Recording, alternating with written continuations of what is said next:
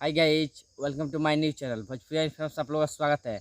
आज हम बात करना है पावर स्टार पवन सिंह और हिट मिशन खेसारी जी के बारे में। तो बता दें कि जिस गाने का आप 2 दिन से इंतजार करते हैं, छठ गाना के पावर स्टार पवन सिंह का फाइनली गाना रिलीज कर दिया गया है टीआज म्यूजिक से। अभी तक आपने नहीं देखा है तो मैं अपना डिस्क्रिप्शन में लिंक दूँगा, आप वहाँ से देख सकते हैं। और एक सारा गाना हम भोजपुरी से गाना आया हुआ है जो कि हिट मिशन खेसारी जी का है, जो कि अभी छठ की दोनों का सेम टाइमिंग पर लॉन्च किया गया है गाना। आप लोग बता दें कि पावर स्टार पवन सिंह और हिट मिशन खेसारी जी के बारे में, जो कि दोनों सुपरस्टारों का गाना आया हुआ है छठ का। आप लोग को बता दें कौन कौन किस पर भारी पड़ रहा है। आइए हम आपको स्क्रीनशॉट पर दिखाते हैं। पावर स्टार पवन सिंह का देख लीजिए 2 घंटा में कितना व्यू और लाइक है, और हिट मशीन खेसारी जी का देख लीजिए कितना 2 घंटे के अंदर कितना लाइक और थी है व्यू है।